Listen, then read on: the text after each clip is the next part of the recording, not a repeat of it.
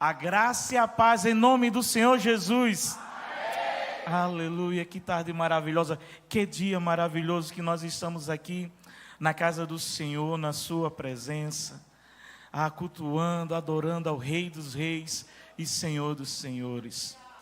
Eu queria convidar você a abrir a sua palavra. Eu quero ler um texto para nós meditarmos. E é um texto conhecido, mas muitas vezes quando a gente fala assim, é um texto conhecido, muitas vezes parece que perde o sentido, o valor, a grandeza do texto. Mas eu quero ler um texto que é sim conhecido, mas é um texto que é conhecido para aquele que é desesperançado, que traz esperança. É um texto conhecido para o perdido que encontra um caminho. É um texto conhecido para aquele que está morto e encontra vida, salvação. É um texto para aquele que é desprezado, renegado, mas encontra nesse texto favor, amor, graça, encontra nesse texto fé. É um texto sim conhecido em todo o mundo, nos céus e na terra ele é declarado, mas é um texto que, por ser conhecido, ele não deixa de nos impactar, ele mexe nas nossas estruturas, ele move o nosso interior, ele abre os céus sobre nós e garante-nos aquilo que é declarado nele. E eu quero ler sim esse texto conhecido, mas sim esse texto poderoso, João capítulo 3, versículo 16. João capítulo 3, versículo 16. João 3,16 diz o seguinte: porque Deus amou o mundo de tal maneira que deu seu Filho unigênito, para que todo aquele que nele crê não seja condenado, não pereça, mas tenha vida eterna. Amém? Vamos orar? Pai, está aqui a tua palavra, Senhor. Palavra poderosa, palavra que nos salva, palavra que nos edifica e fortalece. Senhor, nós queremos ouvir a tua voz. Vem com a tua graça, com o teu poder. Espírito Santo, ministra os nossos corações, Espírito. Pai, que seja uma tarde de quebrantamento, de confissão, de entrega, de renovação. Senhor, abençoa-nos nessa tarde, Senhor, abençoa-nos, pois nós oramos em teu nome. Amém e amém. Você pode se sentar em nome do Senhor Jesus? João 3,16. Quando meditando essa semana, eu me lembrei desse texto e veio uma intensidade tão forte do amor de Deus como na primeira vez. Eu digo, se o Senhor está falando, porque existe algo nessa mensagem, existe algo.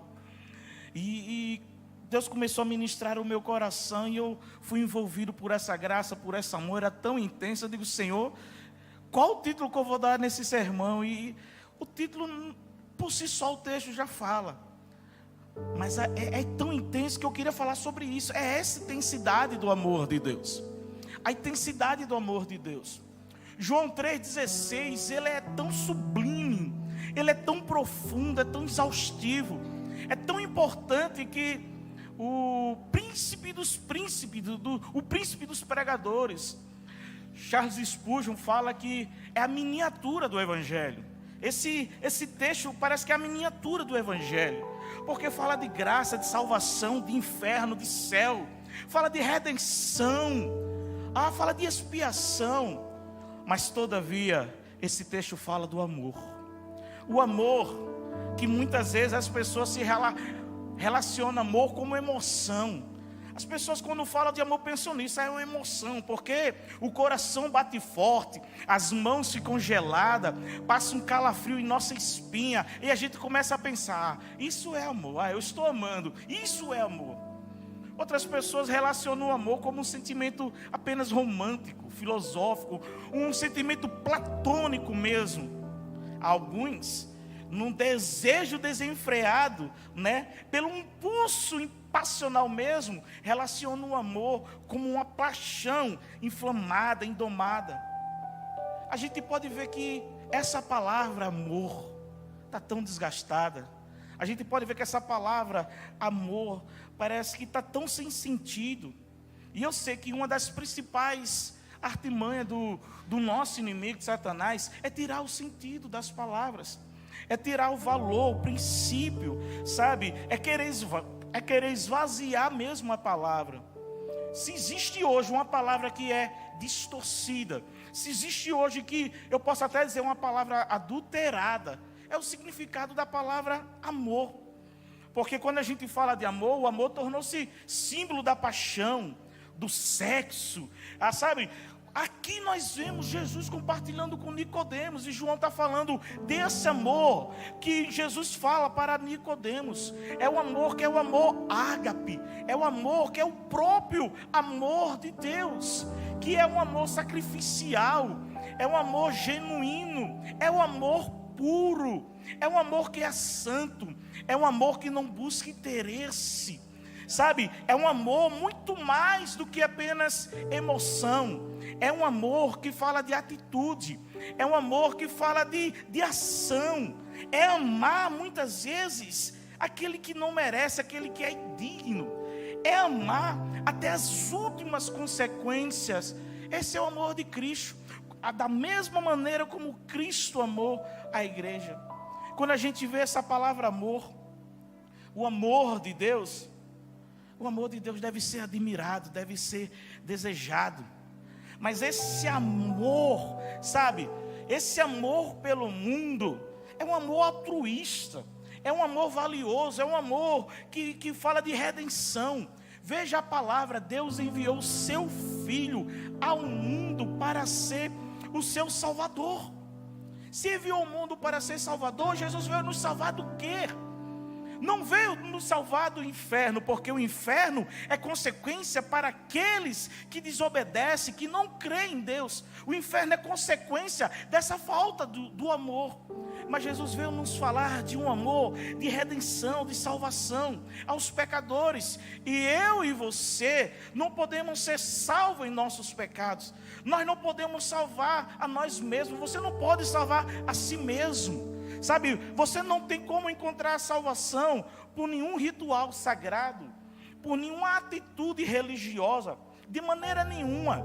Foi Deus que providenciou a salvação para mim e para você. E agora nesse texto ele diz, olha, você não tem como escapar, você não tem como fugir desse amor. Isso me faz lembrar do texto lá em Hebreus, no capítulo 2, no versículo 3. O autor aos Hebreus está dizendo o seguinte: como nós escaparemos dessa tão grande salvação?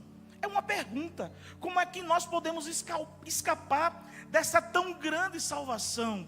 A resposta está aqui, João 3,16. Como escaparemos? Se Deus amou o mundo de tal maneira que deu seu Filho unigênito, para que todo aquele que nele crê não pereça, mas tenha vida eterna. Essa salvação é grande, essa salvação é intensa, essa salvação é profunda. Veja que quero chamar a sua atenção aqui, porque a palavra, quando Deus está falando aqui do amor, está falando que é um amor eterno, não está limitado ao tempo, não está limitado ao aqui e o agora, é desde eternamente. Deus amou o mundo. Já parou para pensar? O Criador dos céus e da terra colocou no seu coração um amor por mim e por você. O amor de Deus que é eterno, o amor de Deus que é espontâneo. Ele amou o mundo quando nós éramos ainda pecadores. A palavra fala isso. Ele nos amou, não foi quando a gente deixou de ser pecador e entregou a vida. Era quando nós éramos pecador. Ele nos ama, Ele nos atrai para si. E a palavra fala que Ele nos atrai com cordas de amor, porque o seu amor é incondicional. Eu me lembro de um livro do Philip Yancey, um livro bem antigo, acho que foi nos anos 2000 que eu li esse livro. O título do livro é Maravilhosa Graça. Como eu chorava lendo esse livro, que falava da graça de Deus, cada capítulo. Mas uma coisa que fixou naquele livro foi uma frasezinha. Eu digo, poxa, essa frase parece até que está na Bíblia, parece até um versículo bíblico. Tem aquelas frases que a gente fala que parece até versículo bíblico. E Philip Yancey dizia o seguinte: Não há nada que possamos fazer a mais para Deus nos amar mais. Mas também não existe nada que deixamos de fazer menos, que Deus vai nos amar menos, porque Deus nos amou. Ou seja, é João 3,16. Ele nos amou, Ele entregou o seu Filho. E a pergunta que eu faço é: da onde veio esse amor? Da onde veio esse amor? Não foi de outra fonte que não o próprio Deus. O amor que veio dele mesmo. A causa desse amor é o próprio Deus. A sua natureza é amar. João, a primeira epístola de João, lá no capítulo 4, quando João está iniciando lá no capítulo 1, ele vai dizer: olha, nós vimos, nós tocamos, nós apalpamos, e por isso nós falamos, testemunhamos. Aí lá no capítulo 4, no versículo 8, depois de discorrer de toda a vida, ele vai chegar no capítulo 4, no versículo 8, parece que é o texto-chave da epístola. Ele vai dizer: Deus é amor. Deus é amor. Ah, como nós precisamos conhecer a intensidade desse amor, como nós precisamos conhecer o comprimento, como nós precisamos conhecer a largura desse amor, a profundidade desse amor, o comprimento desse amor que alcança todos os homens, desde Adão até aquela criança que ainda está nascendo, que ainda vai nascer hoje, até aquele ser humano que vai nascer amanhã, daqui a 10 anos. Deus ama desde Adão até aquela última pessoa que ainda nem nasceu ainda, nem existe, mas nos pensamentos, na vontade de Deus, ela existe. Deus já ama. Isso é o cumprimento do amor de Deus, é sem medida. Deus ama de uma forma, sabe, que é toda a raça humana. A Bíblia fala que Ele comprou para si, através do sangue de Cristo Jesus, lá em Apocalipse no capítulo 5, porque compraste com teu sangue todos os povos, línguas e nação, e os constituiu como reinos, como sacerdote. Isso fala do amor de Deus para com todos. Ele não desprezou ninguém, Ele não se esqueceu de ninguém. Isso é profundo, é o amor que ao mesmo tempo a gente parece ser tão inacessível, mas é tão perto, é tão real. Por isso que a Bíblia fala: provai e vede que o Senhor é bom. É intenso esse amor. É maravilhoso esse amor, a amplitude desse amor. Deus amou o mundo de tal, olha, Ele coloca tal maneira. Quando Jesus estava falando desse texto, Ele não estava, porque Ele não, às vezes eu me perguntava, por que Ele não falou lá no Sermão do Monte, quando tinha mais de 5.000 homens, mulheres? Por que Ele não falou lá no templo, para ficar marcado, onde tinha várias pessoas? Jesus andava com a multidão, mas Ele falou apenas para Nicodemos. Mas esse texto não foi só endereçado a Nicodemos, foi endereçado a mim e a você. Mas esse texto fala que uma amplitude tão grande, mas fala de uma maneira pessoal, sabe, de uma maneira personalidade, de uma maneira tão íntima. Eu te amo, sabe? Nicodemos pensou o seguinte: o Messias virá. Ele foi se encontrar à noite, às escuras, não queria que ninguém soubesse. E no pensamento de Nicodemos, como ele era judeu, como ele era alguém que lia a palavra, como ele estava sempre ali, ele imaginava uma coisa: que o Messias, quando vier, vai ser apenas para o povo judeu. Mas Jesus declara: não, Deus amou, foi o mundo, não foi só aos judeus. Esse amor não é apenas para aqueles que estão aqui, não. Esse amor é para aqueles que ainda vão crer, para aqueles que ainda, Nicodemo, você nem sabe, mas é o mundo, é as pessoas. Jesus estava declarando para Nicodemos que esse amor era grande, era extensível, sabe? Deus não fazia nenhuma acepção de pessoas. O mesmo amor que Ele ama o pobre, Ele ama o rico. O mesmo amor para que Ele tem com aquele que é formado, culto, para aquele que é leigo, para aquele que é inculto. É o mesmo amor que é derramado sobre o jovem, é o mesmo amor derramado sobre o velho, sobre a criança. Jesus estava aqui falando para Nicodemos: Nicodemos, Deus ama o mundo, Deus ama os pecadores. E o seu amor foi tão grande que Ele não enviou um anjo, um querubim, um arcanjo, seja lá quem fosse das hierarquias angelicais, Moisés, ele não enviou nenhum anjo para morrer no lugar. Ele não chamou Abraão para morrer no lugar. Ele não chamou Moisés. Ele não chamou Esther, não chamou Maria. Ele não chamou Sansão, Paulo, Pedro. Tantas e tantas pessoas que a gente poderia dizer, vai na frente e morre, mas não. A palavra fala que Deus enviou o seu filho.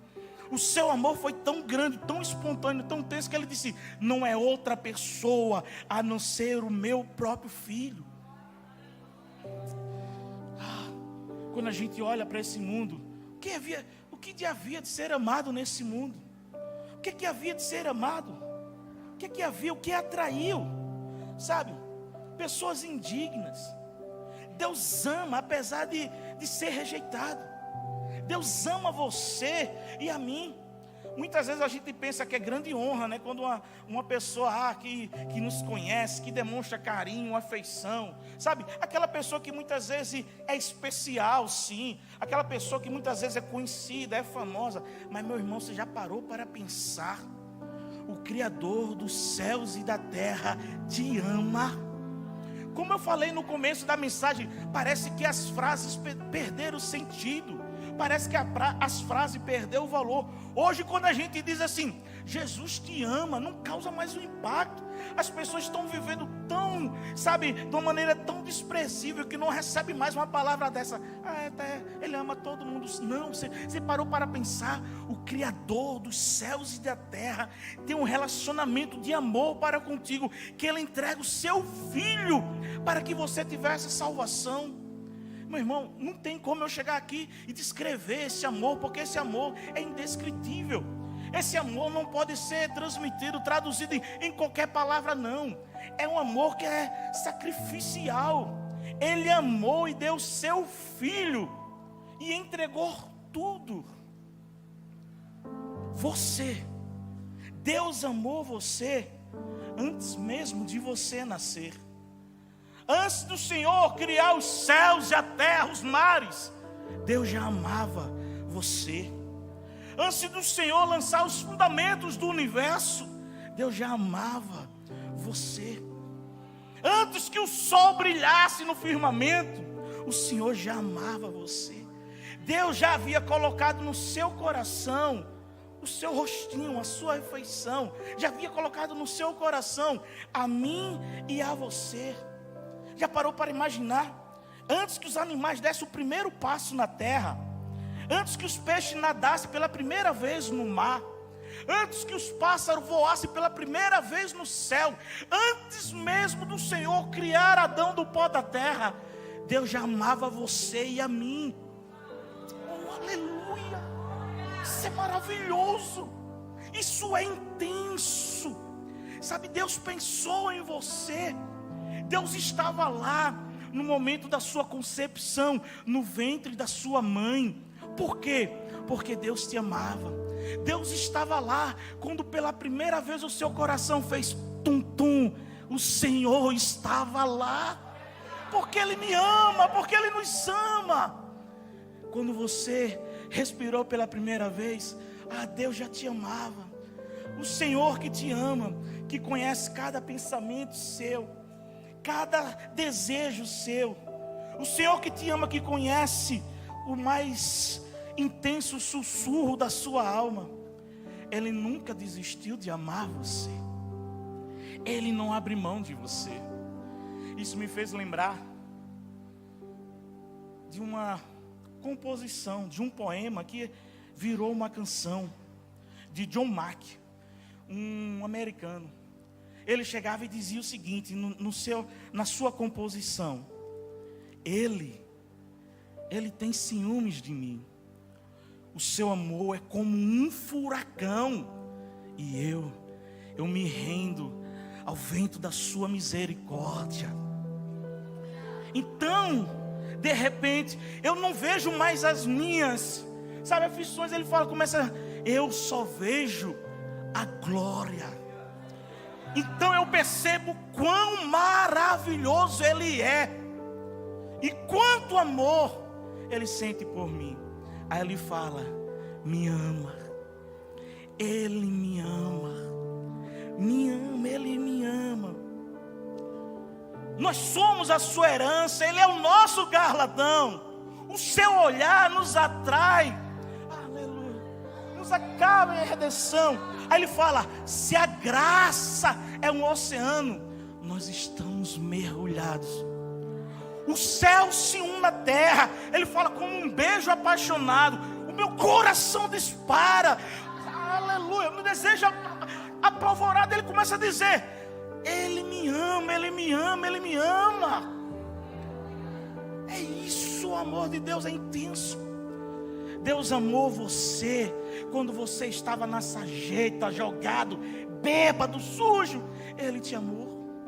O Senhor te amou quando você estava perdido nos mundos das drogas. Ele amou você. O Senhor amou você quando você estava preso no quarto da sua alma, vivendo emoções tão traiçoeiras, vivendo a depressão, a ansiedade. O Senhor te amou. Ele amou você quando você pegou tudo aquilo e jogou para o alto e disse: eu não quero mais saber de Deus, eu não quero mais saber de igreja, eu não quero mais saber de religião, eu não quero saber de mais nada. Deus te amou. O Senhor te amou quando você estava sozinho, quando você estava sozinha, amargurado, chorando, pedindo: Senhor, ajuda-me. O Senhor te amou. O Senhor te amou nas suas piores crises. O Senhor te amou nas suas piores lutas, no seu pior momento. Ele te ama. E Ele pôs no nosso coração isso. Ele mostra a Cristo, a escolha da salvação. Ele nos amou e nos adotou em sua família. Ele nos amou e nos escolheu para sermos filhos e herdeiros da sua graça. Jesus aqui na terra, os discípulos perguntam: Senhor, nos ensina a orar. Jesus chegou para os discípulos e disse: olha, quando você for orar, você vai orar assim: Senhor inacessível, nesse conclave no beneplácito, sabe, dos tributos angelicais do teu... Jesus chegou para os discípulos e disse: olha, quando você for orar, fecha a porta do seu quarto e diz assim, ó: Abba, Pai, Pai nosso, Pai. Esse amor foi tão intenso que nos faz reconhecer como filhos, não como criaturas, mas como os filhos.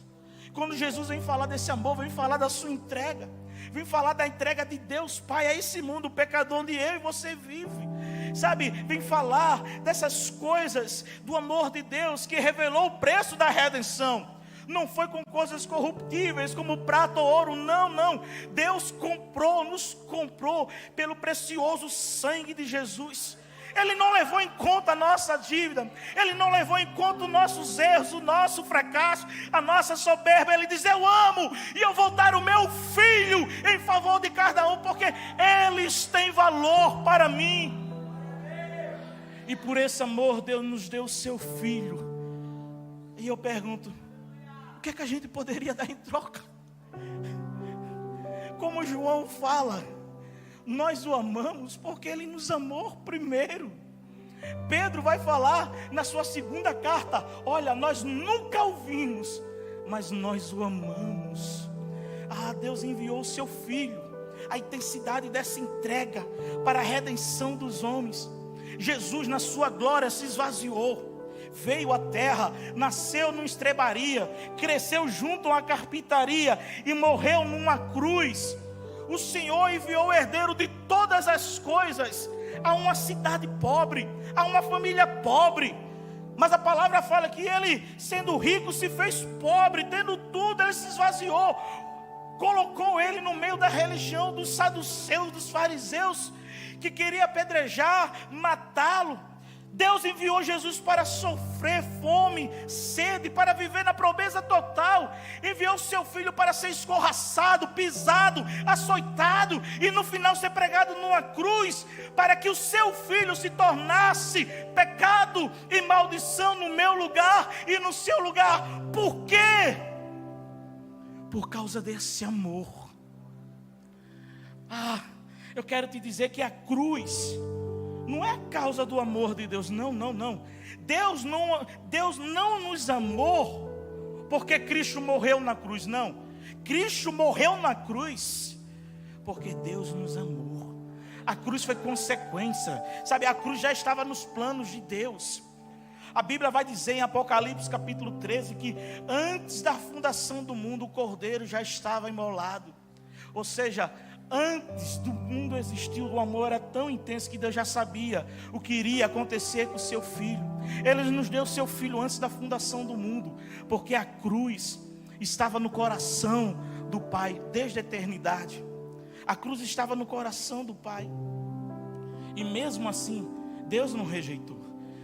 A palavra fala que cada sacrifício que acontecia no templo, no tabernáculo, era um prenúncio daquilo que iria acontecer na vida de Cristo Jesus. E Deus sabia o que iria acontecer. Mesmo assim, Ele não retrocedeu.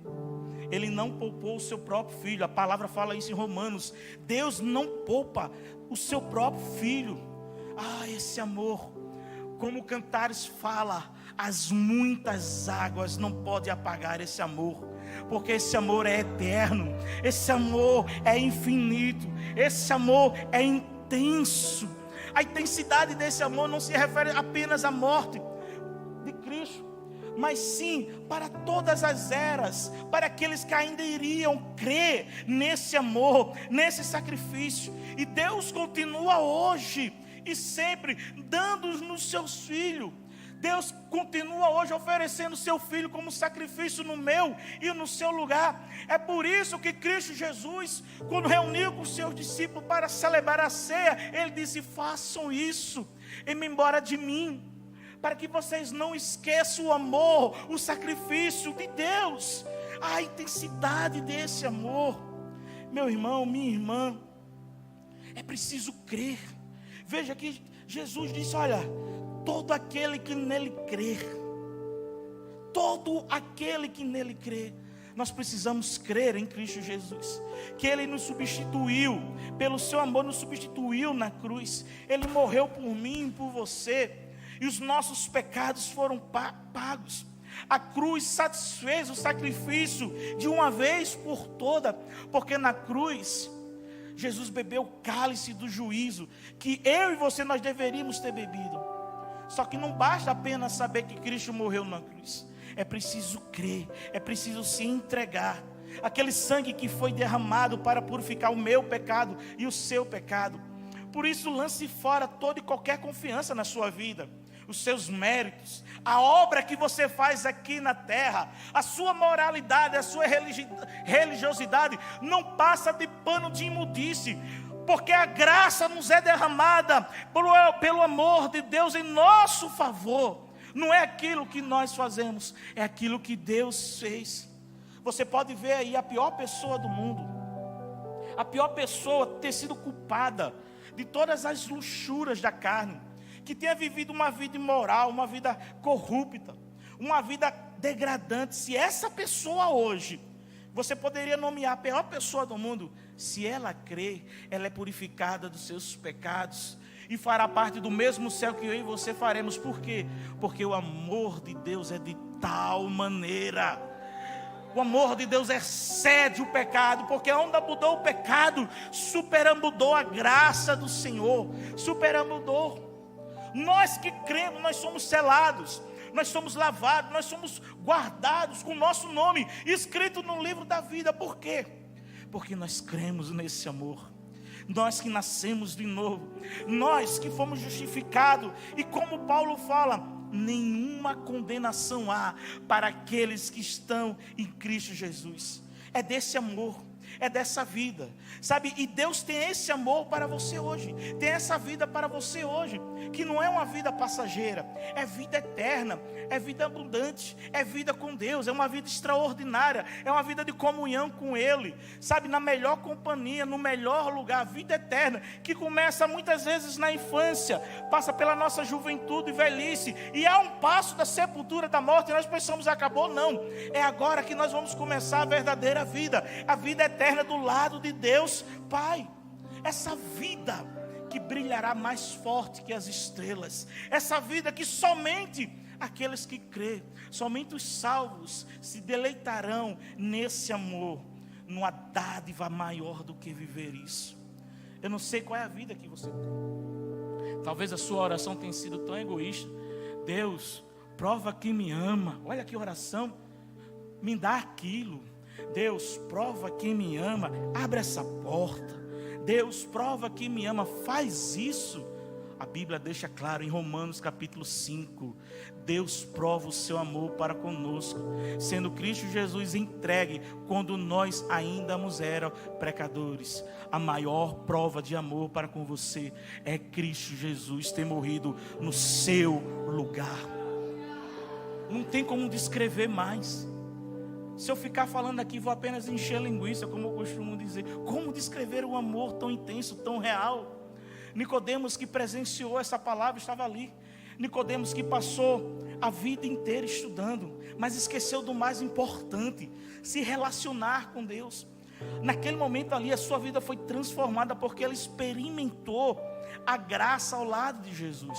Talvez você já tenha estudado tanto, talvez você já tenha lido tanto. Isso não é errado. Eu te aconselho, faça isso. Estude sobre Deus, se aproxime mais dos conhecimentos, dos vernáculos, dos mistérios de Deus. Mas não se esqueça, Deus chamou você para um relacionamento, para viver em comunhão dia após dia, sabe? Mas chega um momento que você precisa parar e não mais viver, não mais conhecer a Deus de ouvir falar, mas conhecer a Deus como Jó.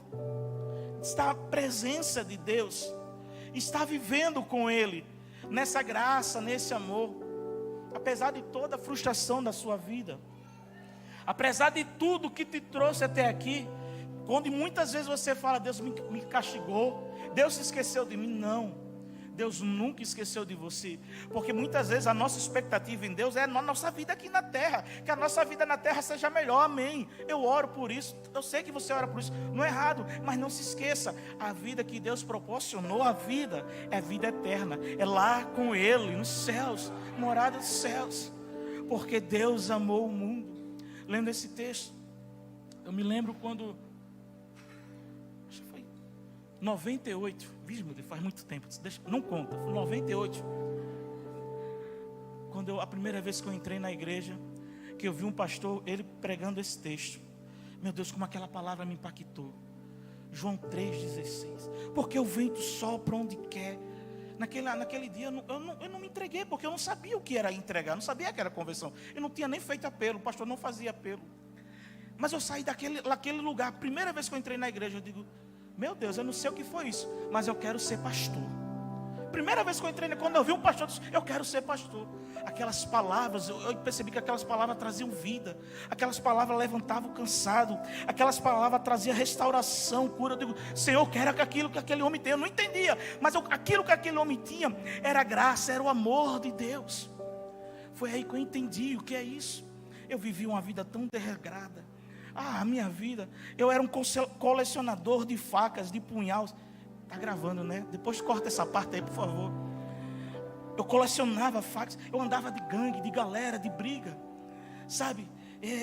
Eu comprei um revólver, depois comprei outro, depois 3 revólveres. Meu Deus do céu, quantos tiroteios eu participei. Graças a Deus eu não matei ninguém, graças a Deus, mas era perdido. Passei a me envolver com droga, mas Deus já tinha um plano tão grande na minha vida que eu fumava um cigarro, não sentia gosto. Eu digo: que porcaria.